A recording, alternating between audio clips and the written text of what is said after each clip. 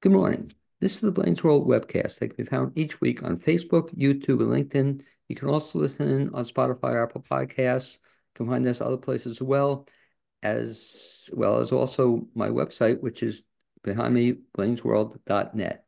I'm your host, Blaine Greenfield, and I'm here in my Zoom studio in lovely downtown Fairview, North Carolina. Each week, we focus on positive news and information about people and organizations in both Western North Carolina and throughout the nation. And toward that end, it's my pleasure to introduce Michele Tate, who's the service dog training instructor at Warrior Canine Connection, for being my guest today. Welcome aboard, Michele. You can wave to all your fans and friends who are watching. You already beat me to it. I should mention that Michele Tate joined Western Canine Connection in 2021 as a service dog training instructor at the Asheville location. She has vast experience working with a wide variety of breeds and temperaments, as well as service and rescue organizations. She graduated from the University of North Dakota, with a bachelor's degree in psychology. She then received her training at Sawmark Dog Training Academy, where she specialized in task training and behavior modification. Before coming to Asheville, she spent 4 years working with service dogs and veterans. She's she says the military population is one she's always been interested in supporting, as she has a partner who is a veteran and family members who are also veterans and active duty SAS service managers. And so the first question I'll ask, if I can, Michele, is in terms of growing up as a child, you grew up where? I did my most formative years in northern Minnesota. Okay, when you're growing up in northern Minnesota, were you like an animal lover, or were you always working with dogs? Yeah, I grew up on 30 acres of wooded land, and like dial-up internet was still a thing. We didn't have any, I didn't have cable or anything like that, and so I was always outside with my dogs and cats. And so you had a bunch of dogs and cats as a kid? Yeah, we had cats that my dad said were supposed to stay outside, but cats that wound up inside sometimes. And then a variety of black lab mixes. All of our animals came from the Humane Society where I grew up. Very cool. My wife and I always talk about it in terms of dogs and cats together. We're cat people, but as a child, did the dogs and cats get along? Yes. Yeah. Actually, the cats were much more territorial than the dogs Were were. they They did a really? much better job of patrolling our yard than the dogs ever did. And like you said, and sort of like our cats also, they start out one time as outdoor cats, but oftentimes they become indoor cats. Is that it? So when you grow up in northern Minnesota, it's not always the most agreeable weather for about 6 months out of the year. And I felt really bad for the cats, even though they had like a heated garage and heat lamps and all that stuff. And my dad traveled a lot for work. So what he didn't know wouldn't upset him, kind of thing.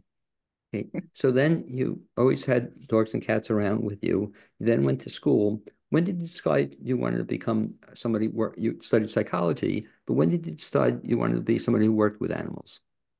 I always wanted to be somebody who worked with animals. I've always had more of an affinity for animals than I have for people, and so this kind of career has been really magical for me to like help bridge the gap with occasionally not understanding people as well as I understand animals, and this helps me see that a lot of us are all the same. It's just sometimes you have thumbs and sometimes you don't.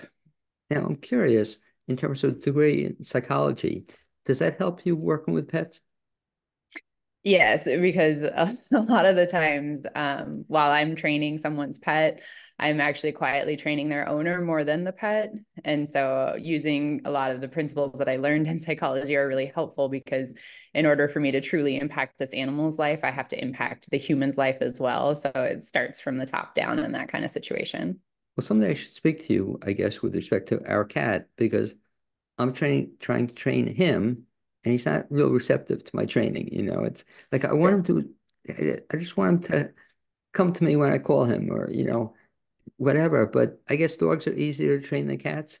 Is that true? It's not necessarily that they're easier. Dogs, it's easier to find things that motivate them. Cats' Right. motivators are a little bit more difficult to find. So it's just spending time help like figuring out what your cat truly finds rewarding in order to make those behaviors more likely to occur. This tough thing, I guess, is that dogs are certainly oftentimes motivated by food, but our Yes. cat doesn't seem to be too motivated by food. Is that Yeah. common? Well, and it's likely you can use things. maybe not with a cat, but a lot of times with dogs, you can use your relationship to your benefit because dogs genuinely do, for the most part, want to please their people. And that's not every dog. But cats are a little more particular about where they spend their emotional energy. So play is a good way to see if you can motivate them too. Now we'll also maybe get to meet you. You're raising a dog there with you as well, and maybe we'll meet I him in a am, yes, sir. little bit. Is that the only pet you have there, or do you have cats also? No, I actually have two other dogs. Okay, aside from the one you're raising for Canine Yes. Connection. Well, I prefer to be outnumbered animals to humans in my house whenever possible.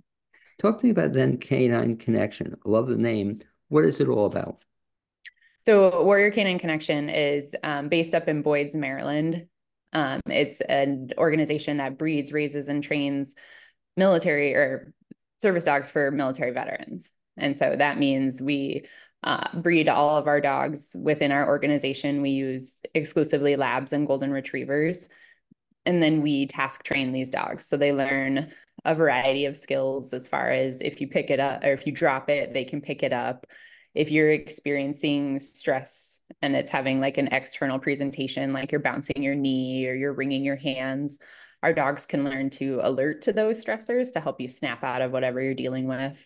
And then it's all based on our volunteer puppy raisers who actually do the brunt of the raising for us because they're the ones that are making sure the puppies get all the socialization that they need. They're going to all the public locations, they're playing with other dogs, they're learning to live with cats.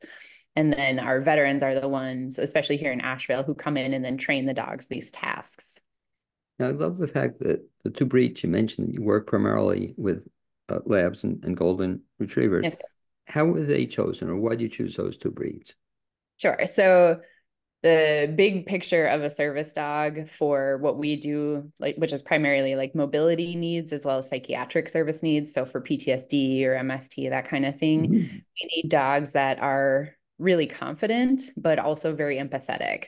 So they're not your classic like guide dog who are helping the visually impaired, where they make a lot of decisions because they're dealing with somebody with vision impairments. Our dogs are looking for changes in behavior in their humans to make sure that they're okay. So it's a totally different ballgame as far as what they're responding to. Because the key, I guess, especially with black labs, I've never had one, but a good friend of mine had one, and they're the most beautiful dog I've ever seen, and so well behaved. But I guess the key, and we'll talk about this, is the fact that he also put a lot of time in with that dog, so that it was a perfectly behaved dog and great dog, but it's not something you can just spend a little time on. I guess, would that be true of any dog that the better behavior they are, the more enjoyable you're going Yeah, to have, is the more time you spend with them?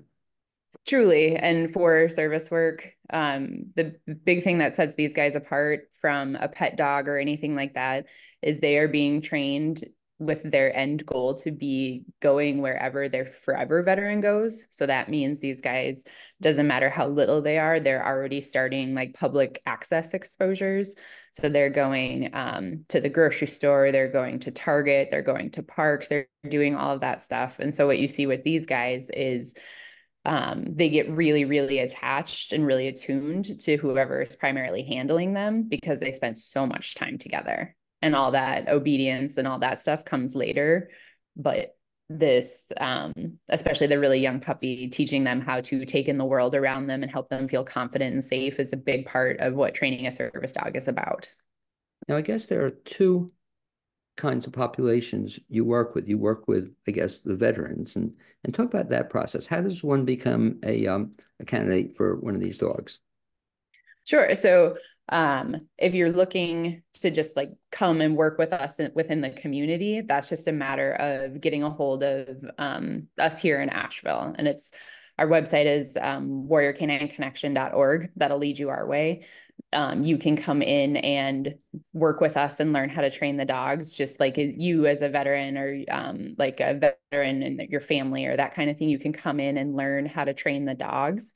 That's one part of it. If you're looking to be on our wait list for, say, a facility dog or a service dog or something like that, that can also be found on our website. And that has an application process that you can follow. And then since we're here in Asheville, we're a really good like point of contact for you to have when it comes to figuring out what you need for a service animal. Talk about then that part of the process. If you want to have a service animal, so you check out the website and fill in the form or something, then what Sure. happens? Yes. So currently our wait list for service dogs is closed because we have Right. such a long list for our mobility clients right now, and we want to make sure that we're getting everybody dogs as quickly as possible. So since our list is closed, I always encourage people to go to assistancedoginternational.org. And that Assistance Dogs International is the big governing body of assistance dogs. And so they have a list of, actually, one of their pages is a list of resources broken down by geography and then by disability. So you can find any kind of assistance dog that you need, and then you can look geographically to see where an organization might be near you. And there's a whole bunch of organizations out there making service dogs. We're in the business of service dogs for military veterans, but there's a whole list of disabilities and organizations out there that assistance dogs can help service. And you also mentioned, I think, a very good idea in terms of even if somebody can't get on the list, they can at least volunteer, right, to help you and train other service dogs. For sure. It's a nice way if you like dogs. I keep looking because my little puppy's over here We napping. want to meet him when he's up, Yeah, but don't wake for him. sure. Yeah. But they're super fun to work with. There's especially if you are at all an animal person, like you said that you're a cat person, Right. and my head immediately said that's just because you haven't met the right dog yet. And True. so that could be that dog. Yeah. No, and we've never had a dog. So at some Yeah. point in time, my wife keeps talking about it. Um, and there's a joke I have, but I won't tell it. It might be inappropriate. But anyway, Yeah. it's dogs have, let me tell you the joke later, but dogs have, certain requirements so the cats don't have, which is kind of cool. Especially in the winter, it's kind of nice that dogs, um, cats don't hang outside for the most part, where dogs, Right. you gotta want to go outside. So if a veteran is listening, they can volunteer again by going to the website to train the Yep. dogs. Uh, Yep. do you need people in that uh, capacity? Yes. Yeah. What we do here in Asheville is almost exclusively that. It's we have groups running throughout the week, on it like all week long, Monday through Friday, different groups. Because all of our dogs are at such different abilities. A couple of them are super young, a little of them are a little bit older. So sometimes we're going on community outings. Like a couple Fridays ago, we took veterans and dogs to the Biltmore. And so it was a super fun little outing. The dogs got to experience public transit and then the Biltmore. Like I hadn't even been to the Biltmore yet. And then my 16-week-old puppy made it to the Biltmore. So it was a pretty exciting day at the office. But How long does it take to become a trainer? what I did, or No, to what in general, if somebody goes to the website and signs up, how much do they get lessons? Do they come weekly, monthly? How long is the Yep. process? So they can do, if they want to come in and like a veteran come in and work with us, then they come in to our location. We work out of Gross United Methodist Church near the VA in Nashville. So it gives us proximity to the VA where a lot of veterans hang out. So you can find us there basically Monday through Friday doing different sessions, and then getting in contact with us. We give you a call or shoot you an email, and then we get you on the schedule and then come in and see, first of all, like how comfortable are you handling a dog? Like, do you work well in groups? Do you work, better solo, whatever it is? And then you can learn way more about the organization and what the dogs need on a one-on-one basis. If veteran comes in and goes through the process, how long is it sort of from start to finish where they could be in your capacity where they're ready to train a dog on a one-on-one basis? How long does that take typically? So it all depends on the veteran. There's a lot of stuff in this realm that I can't give you like a Sure. time frame on, because you're working with like living, breathing creatures and humans too. So they change their minds really regularly. What we usually suggest is people spend a minimum of 8 weeks with us, because that gives you a little bit of exposure to a whole bunch of what we do. If you're looking to like um, take skills that you learn. What I encourage people to do is take skills that you learn with us and take them home and do them with your dog and see how they translate, because it shows you how differently all the dogs learn. And so our dogs are bred specifically for this work. And so you can see their brains process information a little bit differently. And they come basically right out of their mom's tummy ready to learn. So we see them from like before they're born, we see them in their mommy's tummy, and then they grow into these big, beautiful service dogs, but we see them from day one. And so we know exactly what they're doing. In the process, do you recommend that people have other pets in their home, or it doesn't matter? What's your feeling on that? In a lot of instances, the more chaotic your life is, the better it is for you to have one of our dogs, because we don't know where our service dogs in training are going to wind up. We don't know who their forever veteran is. So if you're busy and you work and you have kids and you have dogs and you have cats and you want to take on an extra dog, I support you. It's Okay, just a matter of what you feel like you can handle. but folks without another pet, that's acceptable Yep, as well. absolutely. And You the don't have to have a house. You don't have to have a fence. You just have to feel like this dog can fit into your lifestyle. and talk, if you would, Michele, about who this program is designed for from a veteran standpoint. In other words, if somebody's listening and thinking to themselves, I guess it might be kind of a cool thing to have one of these dogs, who is the ideal candidate for that? So our dogs, at the end of their training process, go to veterans either suffering from mobility needs and or PTSD.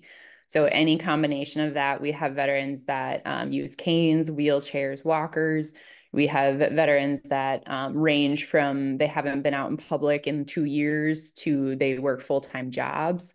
So the more exposures these guys have to all the different presentations of people, the more likely it is that they will be able to match anybody as a service dog. So it doesn't matter if you don't go out very often or you go out all the time. If you are a veteran, the odds are pretty good our dogs need to be exposed to you, because we don't know who their forever veteran is.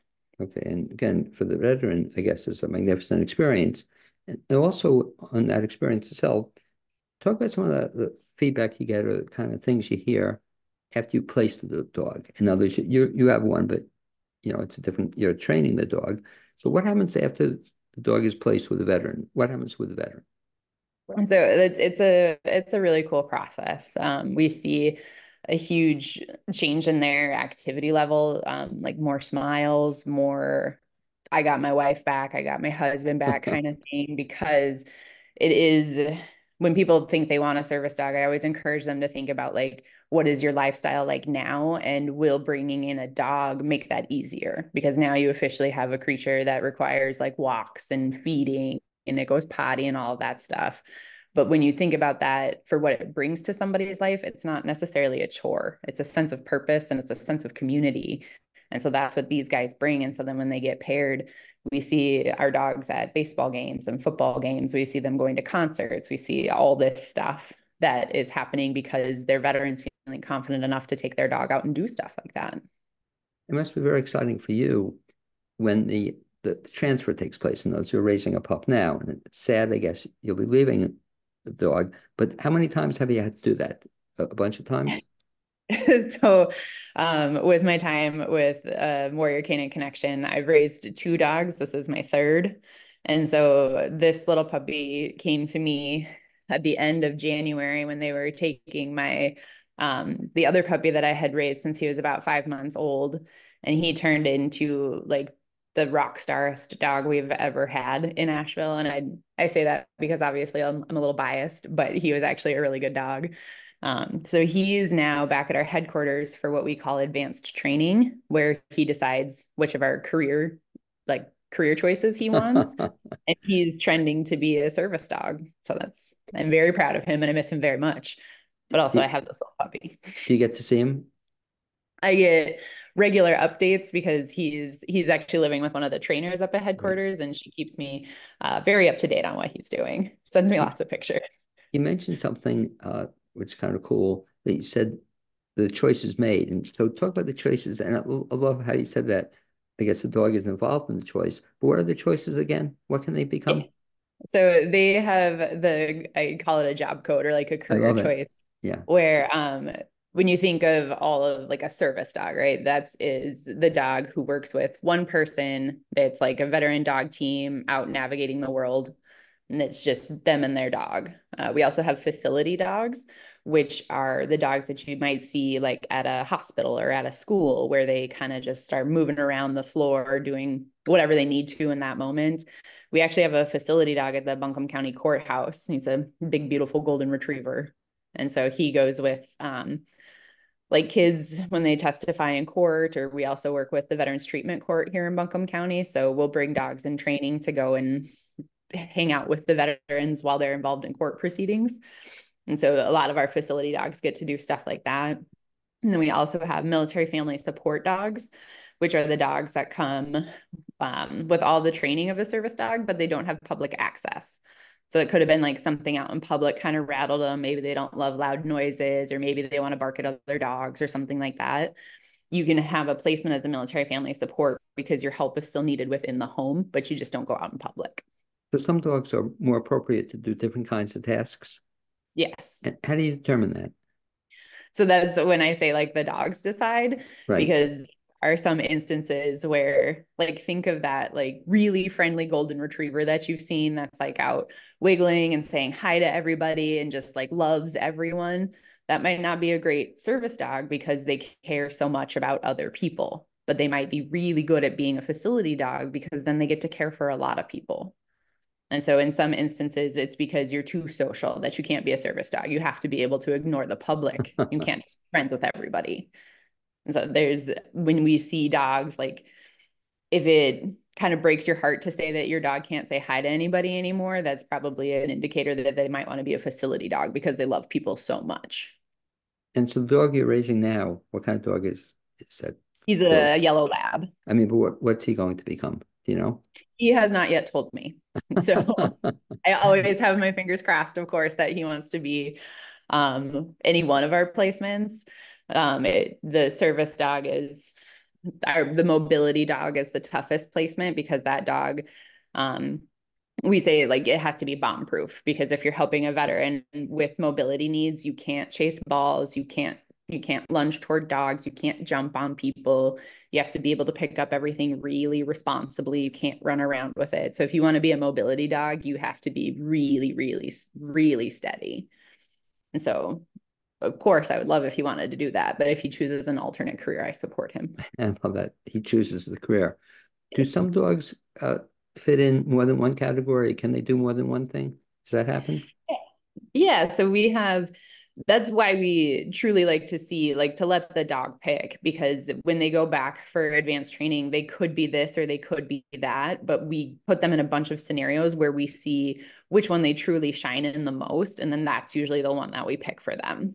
Like one of the dogs I sent back, the first dog I ever sent back, I kind of thought he might want to be a facility dog because he was so friendly and he was so appropriate with people, but he decided he wanted to be a service dog. So I support him. Now, it's interesting, too, you're mentioning the fact that they have to go back for additional training. So after they graduate, they're not done with you. They have to spend more time with you. Is after they leave here in Asheville. So we're just like a stop in their journey in Asheville. All of the dogs go back to headquarters at some point for advanced training. They have to be, according to Assistance Dogs International, all the dogs have to be placed by the time they're 2. And so our dogs will go back closer to when they turn 2 years old. They'll go back to headquarters to finish up their advanced training and then decide what their job code is. And so that means they won't necessarily stay in Asheville. Is that correct? Mm-mm. I mean, some do stay in Asheville. We have one veteran service team here in Asheville. So he was a puppy when he was here, and then his veteran worked with us a whole bunch while he was here. So it was one of those like serendipitous and the universe agreed with us pairings. So we have one team here in Asheville. And so if folks are listening then, and they're not necessarily a veteran, but you mentioned to me off the air that you also take non-veterans to help in the organization and to become, I guess, what, not foster parents, but what do you call them? Puppy raisers. Puppy raisers. So Yeah. you don't have to be a veteran to become a puppy raiser. Is that correct? Okay. Nope. How does one go about becoming a puppy raiser? That's another one, we're canineconnection.org on our website. There's a how do I get involved button that pulls down, and you fill out that inquiry form. And if you say that you live in Asheville, that'll get tagged and sent down to Amy and I. So then we follow up on that. And how long is training for people who want to be puppy raisers? It can happen as quickly or take as long as you need it to. So we are very flexible because we work with dogs and with people who have schedules and lives outside of their dogs. So you get involved, once you get involved with us and you want to be a puppy raiser, you'll do 3 online basic trainings, which are like learning about the organization, learning about what we do and that kind of thing. And then you come in for hands-on training with us and the dogs. And then we see what variety of dog would fit best in your life. Not everybody wants a puppy. Some people are really active, so they need an older dog who's really good out in public. So we can see based off of what your needs are, what kind of dog we should give you. So when we say puppy raiser, it can be anywhere from 12 weeks old to like 18 months old. That's puppy. Now, this was before your time, but have some folks serve as puppy raisers and then they come back for a second or third time? Do you have that people repeat the process? Yes, we prefer that. Yeah. Because then they get to stay involved in the mission. A lot of what we do here is really mission based. We work with veterans every single day.